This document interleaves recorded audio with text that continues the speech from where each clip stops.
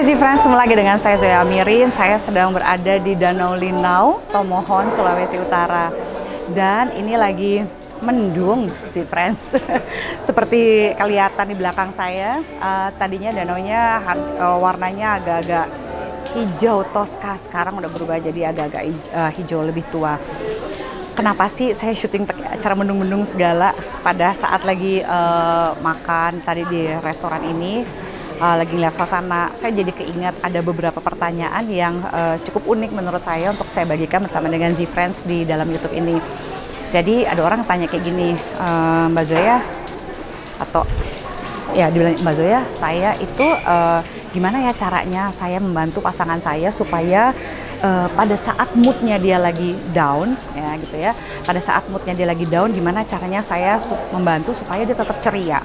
Apa sih yang harus saya lakukan untuk membuat dia tuh tetap tetap happy selalu gitu ya, tetap oke selalu all the time. Waduh, pada waktu saya ngebaca surat itu saya langsung kebayang gitu ya, relationship-nya pasti melelahkan sekali sih friends. Kenapa? Karena bayangin aja kalau misalnya sebagai orang dewasa ya, saya berbicara nih relationship yang dewasa, yang mature, yang dua-duanya sama-sama bertanggung jawab terhadap perasaannya. Jadi sebenarnya gini, dalam psikologi ada yang disebut sebagai emotional maturity.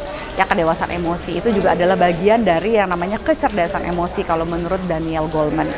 Dalam kecerdasan emosi ya, setiap individu yang sehat gitu ya, sehat mental terutama, itu harus mampu mengekspresikan perasaannya secara adekuat. Jadi misalnya dia harus menangis pada saat dia sedih gitu ya, dan dia ketawa saat memang dia bahagia.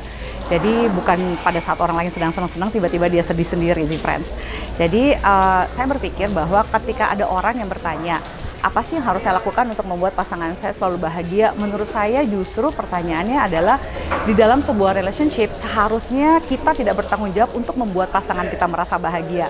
Tanggung jawab yang paling besar adalah pada diri kita sendiri sebenarnya sih friends. Jadi kalau misalnya kita sebagai individu nggak bahagia, kita sebagai individu nggak bisa jalan-jalan sendiri, kita sebagai individu itu nggak bisa kalau makan sendiri, sebagai individu itu harus ada orang yang nemenin gitu, harus ada yang harus sama-sama gitu sama orang lain. Nah, kadang-kadang kesendirian kita ini yang membuat kita mencari pasangan dan akhirnya pada saat menikah nanti berakhir di sofa konseling saya. Karena bagaimanapun juga ya, kita mencari pasangan itu untuk bahagia sama-sama, bukan karena kita minta dihibur, bukan karena kita merasa minta diemong mungkin gitu ya, atau kita misalnya ngerasa wah apa ya yang harus saya lakukan untuk mengentertain pasangan saya selalu, itu kayaknya melelahkan banget. Nah, kalau kita nggak bisa menerima diri kita sendiri apa adanya, kita nggak bisa bahagia sebagai individu, nanti kita mau menikah gitu ya, tujuannya adalah justru supaya kita jadi bahagia. Nah, ini terlalu besar sebenarnya resikonya ketika kita mau bawa dalam konsep pernikahan. Masa nanti kita menikah terus kita harus membuat orang lain untuk bahagia, atau ketika kita nggak bahagia kita menyalahkan pasangan kita, itu paling nggak fair banget sih friends. Ya, jadi ketika kita menikah ya pastikan bahwa kita bahagia. Jadi menikah bukan karena kita itu nggak bisa sendiri. Menikah itu bukan karena kita nggak mau nanti kalau mati sendiri, kita mau ada yang ngurusin. Nanti akhirnya ketika kita menikah dengan tujuan-tujuan ini tadi ya, begitu punya anak kita juga tidak bisa memberikan kasih sayang sepenuhnya pada anak. Jadi kita selalu memiliki semacam tuntutan pada anak gitu ya. Jadi cinta yang kita berikan itu selalu penuh kondisi. Kalau kamu cinta pada aku, kamu harus melakukan ini. Kalau kamu adalah anak yang baik, kamu harus melakukan ini. Nanti kita jadi pasangan yang demanding, kita jadi orang tua yang demanding juga. Nah, pada saat mendung-mendung ini saya terinspirasi Z-Friends untuk mengingatkan pada Z-Friends semua bahwa kita tidak punya tanggung jawab untuk membuat pasangan kita bahagia. Tanggung jawab terbesar kita adalah pada diri kita sendiri. Saya yakin sih friends, seorang individu yang bahagia terhadap dirinya sendiri, yang nyaman dengan dirinya sendiri, yang nyaman dengan kesendirian. Karena menjadi sendiri itu bukan berarti kesepian loh ya. Jadi bedakan alone dengan loneliness. Loneliness itu kesepian. Jadi orang-orang yang sendiri belum tentu dia kesepian.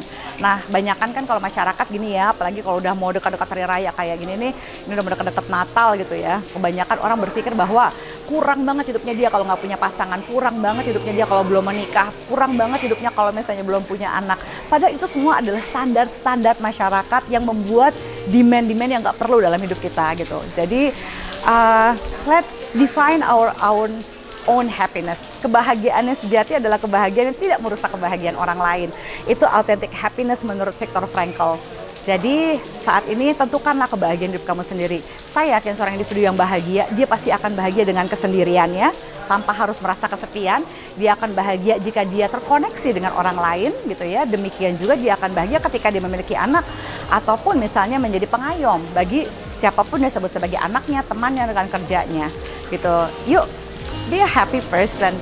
So, pada saat suasana yang mendung seperti ini, atau pada saat hati kita mendung, jangan sampai kita menyalahkan pasangan kita karena ketidakbahagiaan kita. Sekali lagi, kita bertanggung jawab terhadap kebahagiaan kita sendiri. Terima kasih, Friends, untuk menyimak saya, Zoya Amirin, dalam episode kali ini. Sampai ketemu lagi di episode berikutnya. Bye!